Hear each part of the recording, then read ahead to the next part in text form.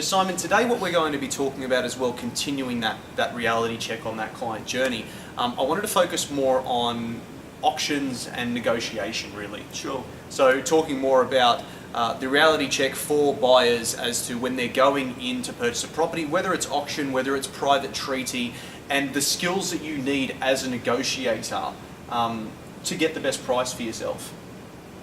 Look, something we see all the time, Jay, is people going into situations looking to buy a property where they're probably a bit undercooked, a bit underarmed, Yep. and they're really going up against a professional because, of course, the real estate agent is a professional. He does that for a living. He does it, 5, 6 days, even 7 days a week.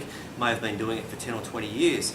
And if a buyer or a client hasn't bought a property in 5, 10, 20 years or even ever. Never at all, yeah. They're really, they're going to the situation pretty raw. And the way I think about it, perhaps a good analogy is, how would you feel going up in a 100-metre sprint against Usain Bolt? Obviously, a total professional, fastest in the world. You might be going in for a negotiation with one of the best agents in the city or the best agents in the country.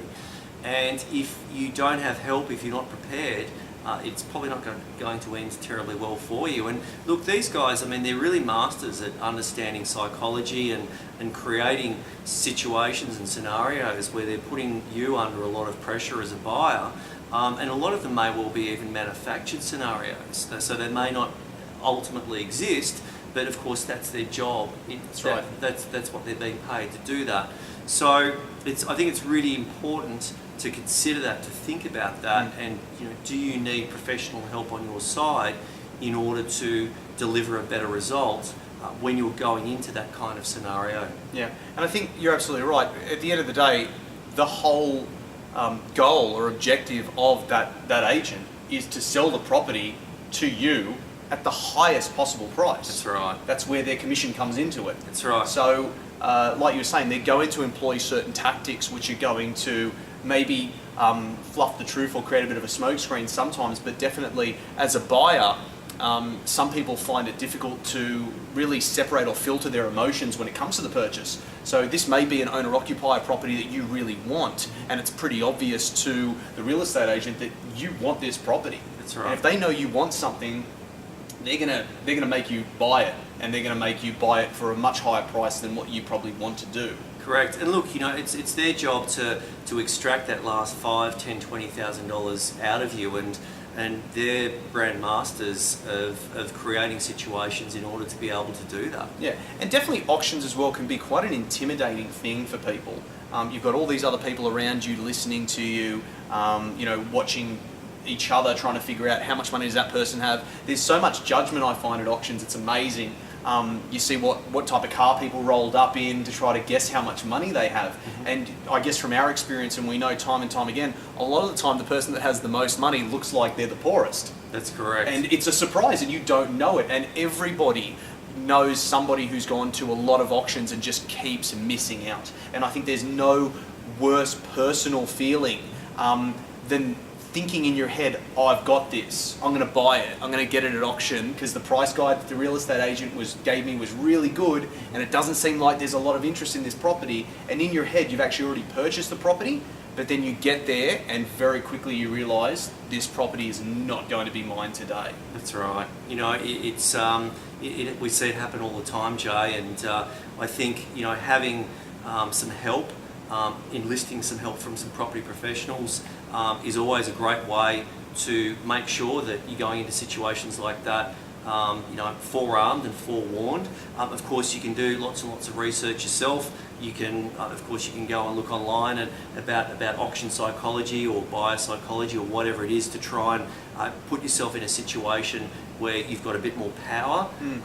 But I think the other thing that we're consistently proving internally is that even in hot markets, we're quite consistently able to buy properties for clients before auction, and that of course saves a lot of stress, a lot of headache, and also ensures that our clients are getting properties for perhaps far less than they would otherwise go for if they were going into an auction situation. And part of that is just knowing how agents think and what agents are looking for, and putting an offer to them in such a way that they find selling before auction attractive.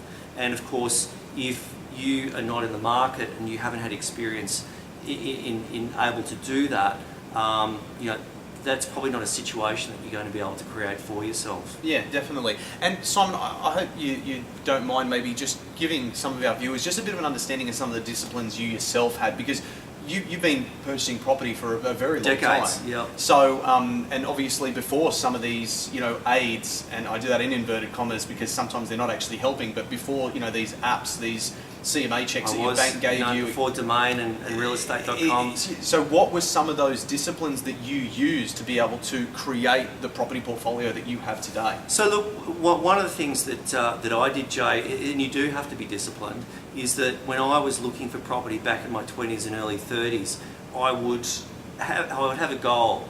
Yep. And my goal would be that on a Saturday, I would go out and I would look at least 10 properties of that specific type that I was looking for. It might be a 2-bed, 2-bath, or a 2-bed, 1-bath apartment, or a particular type of house, or whatever it was. Yep. But 10 was my goal. And on a Saturday, I might go and look at 8, or I might see 15, depending on what was on and what was available. And of course, I'd start the day very early, and I'd get the paper of the city that I was in, and I'd be circling things, and I'd be working out. There were no hot lists on your wasn't, phone. no, and I'd be using the Melways or the Sidways, or there was no Yep. GPS back then, and figuring out the order in which I'd execute this particular search.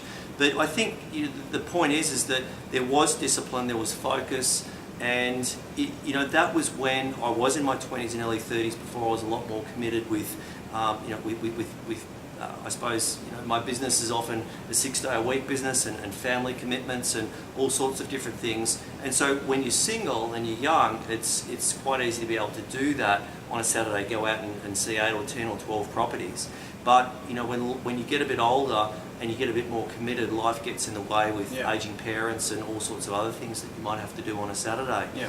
So I think it's certainly doable for people to go out and conduct that search on their own, but to do it well and to become an expert and to really find the best value in the marketplace, you've got to be very, very committed to execute that, and to be very goal-oriented and very disciplined about that. Okay. So what we've done is we've taken a lot of the information from, I guess, your starting days of looking at property and the Yes. things that you did to improve that, and we've actually put it into an ebook, and it's called the High Performance Property Checklist. Completely free for our readers and for our viewers to be able to download that and have a look at it, see just some of the things, some of the points on that checklist that you created over those years, many years ago, to make yourself as disciplined as you were to be able to reach that goal. That's right. So there are nuggets of gold in that checklist. Yep. And certainly I think what it highlights is that there's a lot to be mindful of in order to try and extract the best value in the marketplace. And really, in order to do so, you need to go about your search in a disciplined, systemised, focused way. Certainly. So download the checklist. It's in the comments section below. Any questions, or you'd like to have a chat with myself, Simon, or somebody else from the Providence Property Group team, please don't hesitate to contact us. Thanks, Simon. Appreciate your time. Thank you, Jay.